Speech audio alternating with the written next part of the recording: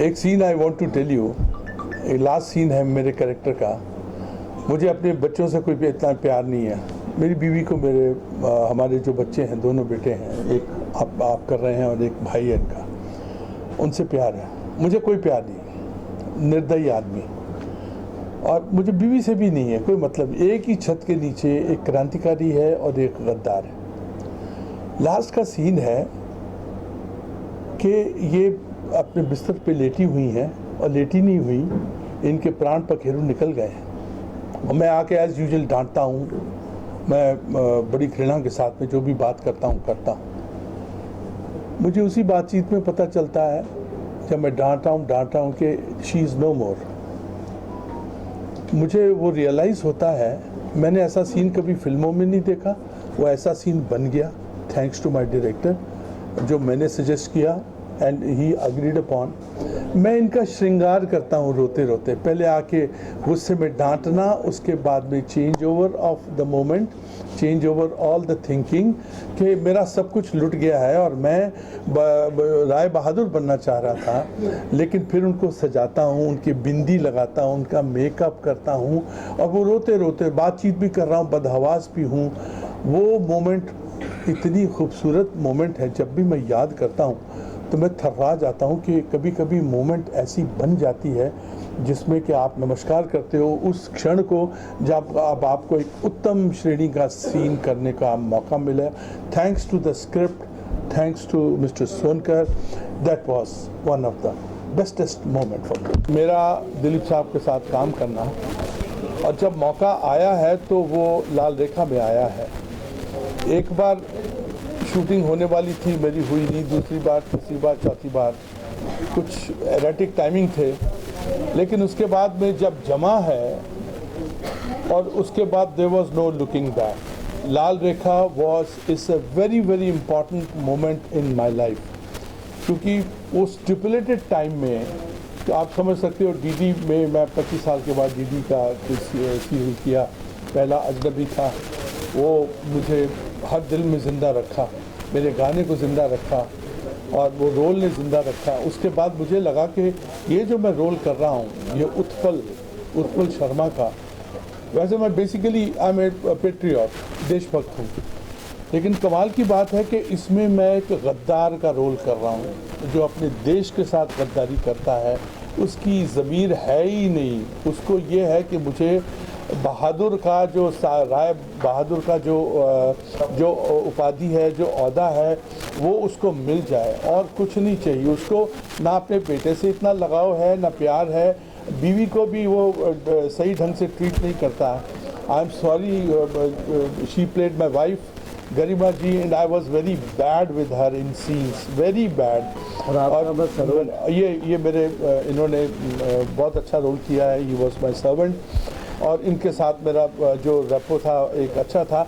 लेकिन ये जो रोल था बड़े गद्दार का, और हिंदुस्तान में जो जयचंद हैं जो गद्दार हैं उनमें से एक था। वो तो किसी के भी बूट को चाटेगा, कुछ भी करेगा। ऐसे लोगों से सावधान रहना। ये भी दुश्मनों की चाल लग रही है कि जिसने हमारी शाम को ख़राब किया है, बट एनीवे हमारी स्पिरिट बहुत अच्छी है सबकी। तो ये एक तो दिलीप जी की एक बात बड़ी अच्छी है, इन जो साहित्यिक इनका बैकग्राउंड है, इनका जो साहित्यिक माइंड है दिलीप जी का, वो सस्ती चीज़ पे इनकी आंख टिकती नहीं है जब तक उसमें एक मवाद नहीं होगा, एक मैसेज नहीं होगा और एक बाकायदा एक बैकग्राउंड नहीं होगा। ये 44 के आसपास, जैसे उन्होंने बोला 34 की कहानी है, 34, 44, उसके बीच में जो शहीद थे आसाम के, जिनको वक्त ने भुला दिया, वक्त ने उनको ड्यू नहीं दी उनकी, वो बहुत इम्पॉर्टेंट था कि जिन लोगों ने देश की स्वतंत्रता के लिए इतना बड़ा काम किया है, उनको किसी न किसी युग में जाकर अपनी ड्यू मिलती है। जैसे वल्लभ भाई पटेल को जो ड्यू मिली है, इतनी बड़ी मूर्ति जो मोदी जी ने लगाई है वहाँ पे, hats off to the thinking of those people. तो उन्होंने कहा कि उस वक्त हिंदुस्तान को जोड़ने के लिए अगर वल्लभ भाई पटेल जी ने काम किया है तो उनकी शहनशाही जो है मूर्ति लगाई है, स्टैचू लगाई है, तो उनको ड्यू मिला। दिलों में वो पहले भी थे, आज भी और सदा रहेंगे। और वही हिसाब है कि ये आसाम में जो शहीद थे जिनको ड्यू नहीं मिला था, इसमें thanks to he and his family, Dilip ji family, जिन्होंने उनको ड्यू दी है। लेकिन जो मैंने रोल किया है गद्दार का, ऐसे लोगों को कभी बख्शा नहीं जाना चाहिए, इनको डिसलाइक करनी चाहिए। आज की प्रेस के लोग जो डिसलाइक करते हैं, they should dislike me, because वो जयचंद का रोल था। गद्दारों से नफरत करनी चाहिए and as a role it was one of the bestest role. I am grateful to Dilip ji, I am grateful to Rafi ji. देखिए, इसमें मैंने क्रांतिकारी के मुखिया का रोल किया है, जो छोटे से गांव में एक मूवमेंट को अंजाम देते हैं। तो ये अपने साथ सबको लेकर चलना, इस मुखिया की कहानी में यही था कि सबको साथ लेके हम लोग लड़ाई लड़ें, अकेले लड़ाई नहीं लड़ना। तो ये जो मूवमेंट था, और ये अक्सर क्रांतिकारियों के साथ रहा है कि वो सबको साथ लेकर चले, चाहे उसमें चंद्रशेखर आज़ाद जी भी क्यों ना हो, तो उनका नाम इतना आगे आ चुका है कि उसके मेरे कहने का मतलब ये है कि सभी लोगों ने, जिनको हम बचपन से पढ़े आ रहे हैं, उन लोगों ने भी सबको जोड़ा है। और ये जो बैकग्राउंड जो था, ये लाल रेखा में जो क्रांतिकारी का ग्रुप था, इसके बारे में मेरे को भी देखिए मालूम नहीं था। तो इस तरह की कहानियों का आना बहुत ज़रूरी है। जो आज डीडी में, मेरी शुरुआत डीडी से हुई थी, एक दिल हजार अफसाने, अमृतलाल नागर जी की स्टोरी से मेरी शुरू हुई थी कहानी। तो उस समय का जो डीडी का लेवल था वो कितना ऊपर था, और धीरे धीरे डीडी का लेवल इतना गिर गया। तो एक समय आया कि मैं डीडी में काम, हाँ जो सर डीडी में काम नहीं करना, क्यों, इतना स्तर गिर गया था। लेकिन मैं कई सालों बाद, मतलब 10-12 साल के बाद फिर मैं, दिलीप जी ने कहानी सुनाई तो मेरे को लगा कि नहीं, करना चाहिए, चाहे जैसे भी हो। तो मैंने इसमें इसीलिए किया कि एक अच्छी सोच और एक अच्छी कहानी का होना बहुत ज़रूरी है, जो इस लाल रेखा में है। एक कहानी आगे बढ़ती है और एक मैसेज देती है कि किस तरह से, और उन लोगों के बारे में जानकारी देती है जिनको मेरे जैसे लोग नहीं जान पाए। मैं इतना साहित्य पढ़ता हूँ, लेकिन उस बैकग्राउंड में ये शायद सरकार के लिए भी, सरकार ने बहुत अच्छा काम किया कि उन बैकग्राउंड के लिए भी इन्होंने कहानियाँ चुनी कि उस एरिया के बैकग्राउंड के लोगों के बारे में बताओ। लिखा बेसिक एक नॉवेल हुआ करता था, एक बाबू कुशवाहा खान जी ने लिखा था 1934 में। तो कहानी हम लोगों ने पढ़ा, लेकिन उसमें कोई भी घटना, सिर्फ एरा को उसमें दर्शाया गया था। फिर हम लोगों ने जगह जगह से शोध करके पूरी एक कहानी बनाई, जिसमें हम उन अनसन हीरो जो अज्ञात क्रांतिकारी थे, जो देश के लिए लड़े थे, उनके बेसिक जीवन को हम लोगों ने पूरी फिल्म को, पूरे सीरियल को काल्पनिक तौर पे प्रेजेंट किया हुआ है। लेकिन मोमेंट हमारा असली मोमेंट है, क्योंकि क्या होता है ना कि बहुत ऐसी चीज़ों में विवाद खड़े हो जाते हैं। तो हम लोगों ने समय को चुना है और उन अज्ञात क्रांतिकारियों के जीवन को चुना हुआ है इसमें, क्योंकि आने वाली पीढ़ी, हाँ, उनका मार्गदर्शन हो, क्योंकि हजारों लोगों ने, करोड़ों लोगं ने कुर्बानियाँ दे के आज देश को आज़ाद कराया। तो बेसिक ये है। और हमारे राइटर साहब ने उसमें कुछ जो ज्ञात का लोग थे, उनके मूवमेंट को उसमें उन्होंने सम्मिलित किया। मेरे को बड़े अरसे के बाद एक ऐसा रोल मिला है जिसको मुझे करने में इतना मज़ा आया है, मैं आपको बयान नहीं कर सकता। हर कलर है उसमें, देशभक्ति भी है और साथ में कॉमेडी भी है और सीरियसनेस भी है। और मेरे साथ ये मेरे प्यारे दोस्त हैं, इनका मैं नौकर बना हूँ। हम दोनों में बहुत प्यार भी है। और इन्होंने बहुत सारी ठुमरियाँ भी गाई हैं इसमें, बहुत ठुमरियाँ गाई हैं इन्होंने, और इन्होंने बहुत अच्छा एटमॉस्फेयर क्रिएट किया है। That is most important. एक कंप्लीट एंटरटेनर है ये। Yes yes. दिलीप जी से पहली मुलाकात मेरी हुई थी जब हम लोग एक्चुअली पायलट शूट कर रहे थे। सो इसको करीबन आप 3 साल हो गए शूट किए हुए हमें पायलट एपिसोड।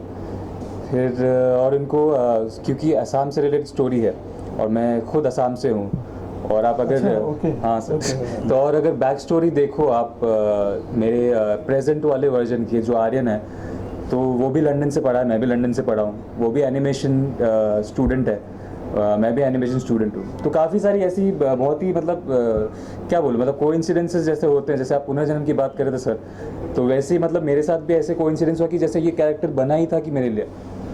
तो काफ़ी मैं भी शौक था और उतना ही खुश भी था कि ये मुझे मौका मिला करने को। बहुत चैलेंजिंग था बिकॉज आप मैं आसाम से होकर मेरे ऊपर बहुत रिस्पॉन्सिबिलिटीज़ है, जैसे कि उनके कल्चरल डाइवर्सिटीज़ हैं, उन सबको रेस्पेक्ट करके, क्योंकि पारस के ऊपर भी काफ़ी प्रेशर था क्योंकि सेंटिमेंट्स जुड़े होते हैं लोगों के ऊपर। तो वो बहुत ही बखूबी दिलीप जी ने संभाला है और इतने दिग्गज लोगों के साथ काम करने को मिलता है तो और क्या ही चाहिए। बस यही कहूँगा कि बहुत ही चैलेंजिंग काम था। ये हमारे अनसंग हीरोज़ हैं जो यहाँ से उन्होंने उठाया है। तो वैसे तो हम बहुत लोगों को जानते हैं, जितने हमारे सुभाष चंद्र बोस हैं और शहीद भगत सिंह, बाकी जितने लोग, कुछ ऐसे लोग हैं जिनको लोग जानते नहीं थे, तो वहाँ से उन्होंने एक इतनी अच्छी कहानी उठाई। उसके पहले भी उन्होंने जो बनाई वो भी उसी तरह की थी।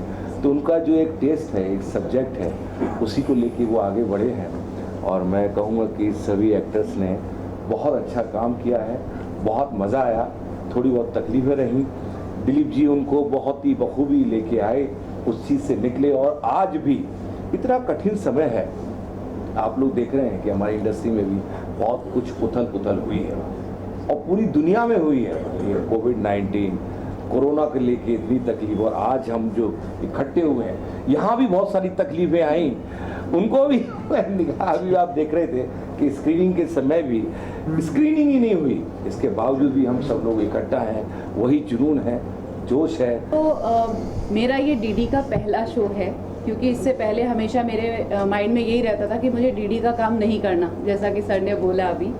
लेकिन it was like the blessing for me कि दिलीप सर ने मुझे इस रोल के लिए चुना, और मैं आई डोंट नो कोइंसिडेंटली मैं पहुंच गई कि ठीक है चलो एक डीडी का भी करके देख लेते हैं। मेरे माइंड में जब मैं इंडस्ट्री में आई थी तो माइंड सेट यही था डीडी नहीं करना, बाकी ठीक है फिल्म में करना है या और चैनल्स के लिए करना है। बट आई वॉज ब्लेस्ड जब दिलीप सर ने मुझे मेरा कैरेक्टर ब्रीफ किया और पूरा 1 लाइन स्टोरी सुनाया। It was so amazing, so awesome and टची कि मैं उसे शेयर करना चाहूँगी। मैंने इसमें अरुंधति शर्मा का कैरेक्टर प्ले किया है, उत्पल शर्मा जी की वाइफ का अरुण सर प्ले कर रहे हैं, उत्पल शर्मा जी। और ये एक विमेन एम्पावरमेंट की तरफ भी लेकर जाएगा शो, क्योंकि हर घर की यही कहानी होती है कि उसको एक सामंजस्य बिठाना होता है पति और बच्चों के बीच में। तो इस शो में जो मेरा कैरेक्टर है वो बहुत चैलेंजिंग है। अरुंधति, क्योंकि जो हस्बैंड है वो बिल्कुल ब्रिटिश सोच का है और छोटा बेटा लंदन से पढ़कर आता है तो वो पापा सन है, और जो बड़ा बेटा है वो क्रांतिकारी है। अरुंधति भी क्रांतिकारी है, लेकिन उसी परिवार में रहते हुए उसको दोनों को कोऑर्डिनेट करना है, फादर एंड जो यंगर सन है उसको भी कोऑर्डिनेट करना है, और उस बॉन्डिंग को भी देखना है कि बेटा क्रांतिकारी है, उसकी सोच को वो अप्रिशिएट करती है, क्योंकि वो भी एक क्रांतिकारी जज्बा रखती है मन में। तो पापा के बेटों के बीच में बहुत सारे आर्ग्यूमेंट्स होते हैं, वहाँ पर हैंडल करना और मतलब बैलेंस करते रहना परिवार को, वो भी एक विमेन एम्पावरमेंट के लिए बहुत अच्छा देखने के लिए मिलेगा हमारे शो में। मैं हालांकि ये शो की क्रिएटिव हेड हूँ, लेकिन स्पॉट से लेकर एक्टिंग तक हर एक चीज़ करना पड़ा, फैमिली जैसे सबको संभालना पड़ा। अभी अच्छा लग रहा है, सबके मुंह पे मेरा नाम सुन के मुझे बहुत अच्छा लग रहा है। तो बहुत मुश्किल था स्टार्टिंग से, जब से स्टोरी लिखा जा रहा था तभी से। मैं असम से हूँ, इसीलिए हर एक कैरेक्टर का नाम से लेकर, कास्ट से लेकर, कॉस्ट्यूम से लेकर हर एक चीज़ मैनेज करना पड़ा। बहुत रिसर्च किया हम लोगों ने, मुझे भी मेरे जगह के बारे में बहुत कम पता था। यहाँ पे बहुत सारी चीज़ें सीखने को मिली, पता चला। बहुत मेहनत की हम लोगों ने, सब लोग ने मिलजुल के बहुत मुश्किलों के साथ हम लोग ने ये शो किया है। सबसे पहले तो मैं दिलीप सर को ही थैंक्स बोलना चाहूँगी। सर ने मुझे जिस रोल के लिए एक्चुअली सिलेक्ट किया था, तो मेरा कुछ डेट्स की प्रॉब्लम की वजह से मैं रिप्लेस हो गई, एंड मैं बहुत खुश हूँ क्योंकि मुझे ये रोल मिला, क्रांतिकारी बहन, जो लाल की मुँह बोली बहन है, जो काफ़ी इंटरेस्टिंग कैरेक्टर है। तो बस मैं कैरेक्टर के बारे में ज़्यादा तो बोलूँगी नहीं, क्योंकि आप लोग देखिए, आप लोग को बहुत मज़ा आएगा। इनफैक्ट सारे कैरेक्टर्स ही बहुत इम्पोर्टेंट हैं। तो बस आप लोग देखिए। उनकर साहब का इतना बड़ा आभारी हूँ, मैं बोल भी नहीं सकता। इन्होंने कुछ नहीं देखा, कुछ नहीं जाना, बस मेरी शक्ल देखी और मेरे को बोला yes you are doing this and I was stunned. मैंने कहा व्हाट सर आप ये कर रहे हैं, आप जाइए मेकअप रूम में अपना कॉस्ट्यूम वगैरह चेंज कीजिए। अरे भाई कोई है इनको अटेंड करो, ये कैरेक्टर कर रहे हैं। मुझे पता नहीं था इतना जल्दी इतना कैसे विश्वास किया एंड बहुत अच्छा कैरेक्टर था। और दिलीप साहब ने मुझसे कोई शिकायत नहीं की, इसका मतलब मैंने ठीक ही किया होगा। मैं ये स्टोरी में एक पॉजिटिव मदर का कैरेक्टर प्ले कर रही हूँ। ये मेरा दामाद है, बहुत प्यारा सा अच्छा सा मेरा दामाद है, जो हमेशा मेरी बेटी को खुश रखता है और आगे भी खुश रखेगा। और एक जो माँ होती है जो हमेशा पॉजिटिव रहती है, अपने बच्चों का हमेशा चिंता रहती है। और बहुत मज़ा आया ये कैरेक्टर मुझे प्ले करके। Thank you so much Dilip ji, Ranjit ji, जिसने मुझे मेरे पर ट्रस्ट किया। और बहुत अच्छी स्टोरी है। को एक्टर्स, हमारे डायरेक्टर, पूरी टीम, क्रिएटिव, पारस, ऑल थिंग बहुत के सहयोग से बहुत अच्छा शो है।